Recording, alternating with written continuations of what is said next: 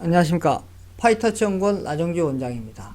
오늘은 법인세 감면 효과에 대해서 좀 살펴보도록 하겠습니다.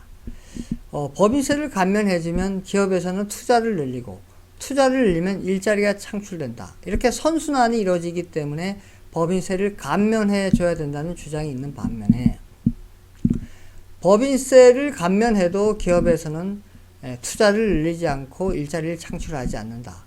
따라서 기업에서 이익만 늘리게 된다. 이런 주장이 있습니다. 과거에 실제 법인세를 감면했을 때 고용이 많이 늘는지 살펴보면 고용이 그다지 늘지가 않았습니다. 그럼 왜 과거에 법인세를 감면했는데 고용이 늘지 않았을까요? 그것은 바로 노동 유연성이라는 중요한 변수를 간과했기 때문입니다. 자, 법인세 감면과 함께 노동 유연성을 확보해 주지 않으면 이게 투자를 늘리고 일자리를 창출하기가 어렵습니다. 자, 한번 생각해 보십시오. 자, 법인세를 감면해주면 그만큼 전보다 이익이 생겼기 때문에 기업의 입장에서는 이제 투자를 할 여력이 생기겠죠. 자, 근데 투자를 하려다 보니까, 이게, 지금 투자를 해서 공장을 짓고 사람을 뽑았을 때, 이게 매출이 지속적으로 계속 유지해 주면은 이제 문제가 없겠죠. 그러나 이게, 매출이 몇 년 뒤에 경기가 안 좋아져 갖고 매출이 발생되지 않는다는 그런 리스크가 있을 경우에, 과연 기업이 투자를 할 수 있을까요? 과연 기업이 사람을 뽑을 수 있을까요?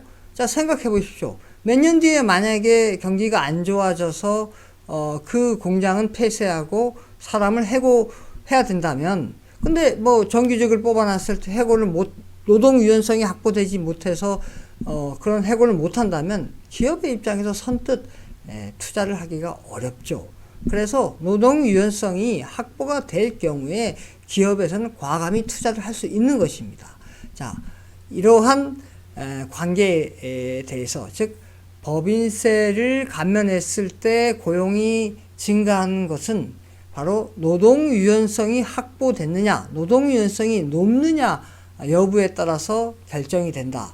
이러한 관계를 과학적으로 저희 연구원에서 이번에 연구했습니다. 그래서 이렇게 보고서가 나왔습니다. 저희 연구원의 유한나 선임연구원이 이 보고서를 만들었습니다.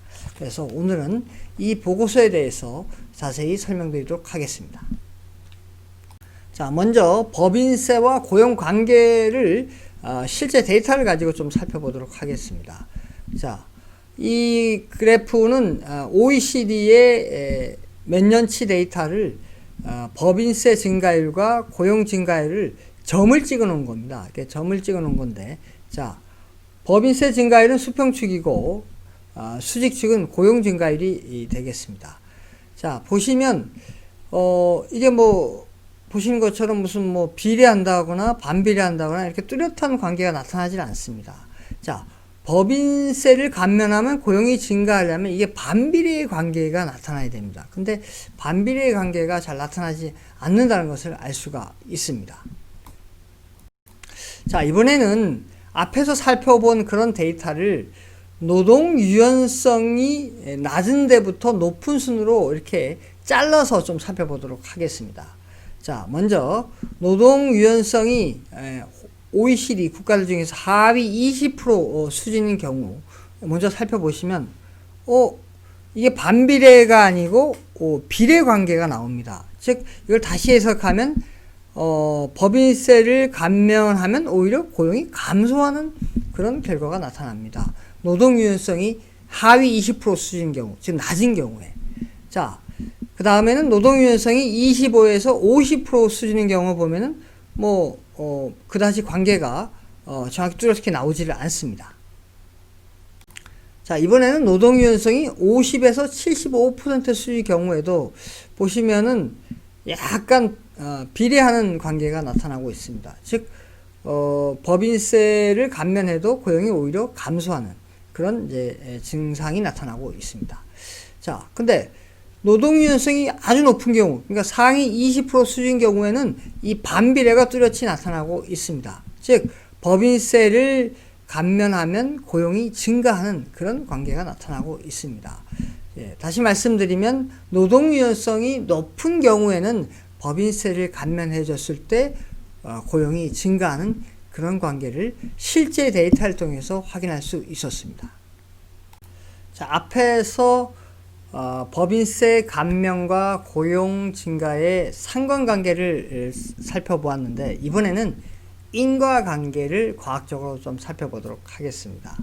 분석 방법은 하우스만 테일러 추정 방식을 썼고요. 분석 자료는 2008년부터 2017년까지의 OECD 자료를 활용했습니다. 자, 분석 결과입니다.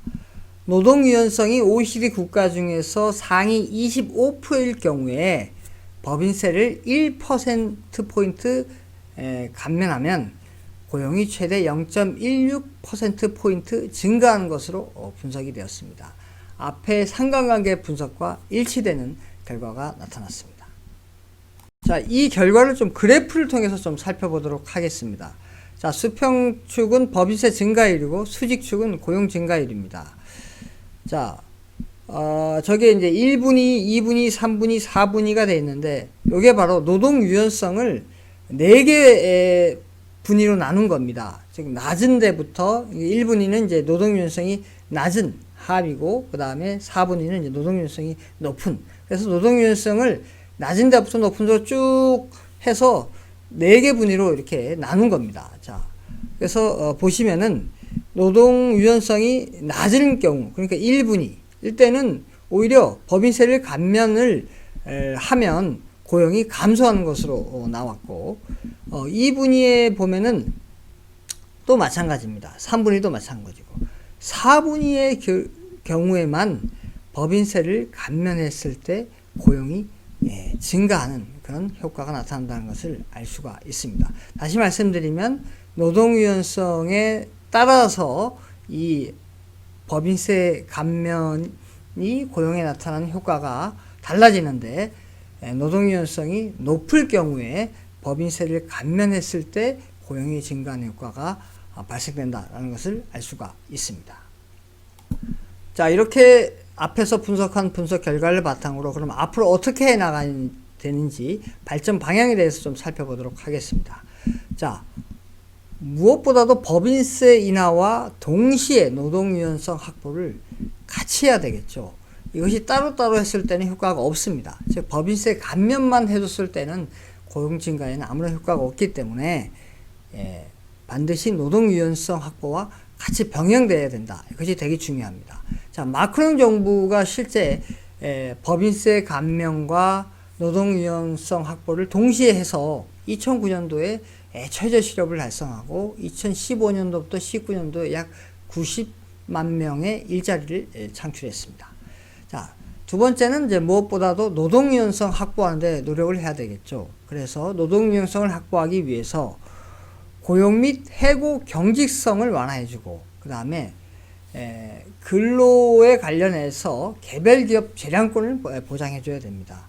자, 마크롱 정부는 고용과 해고의 규제를 완화해줬고, 근로협상 권한을 산별 노조에서, 그러니까 같은 동종 산업에서의 그 노조가 있죠. 그 노조에서 그 근로협상권을 가지고 있는 것이 아니라 이거를 개별 노조에다가 이관해줬죠. 그러면 개별 노조, 즉 기업과 그 개별 노조하고 이제 협상하는 거니까 그 기업의 어떤 개별 기업의 재량권이 어느 정도 보장되겠죠. 이러한 사례를 통해서 프랑스는 고용을 창출했습니다. 자, 우리도 이 프랑스와 같이 이렇게 노동 유연성을 완화하는 노력을 해야 될 것으로 예상됩니다. 예, 오늘은 여기까지 하겠습니다. 감사합니다.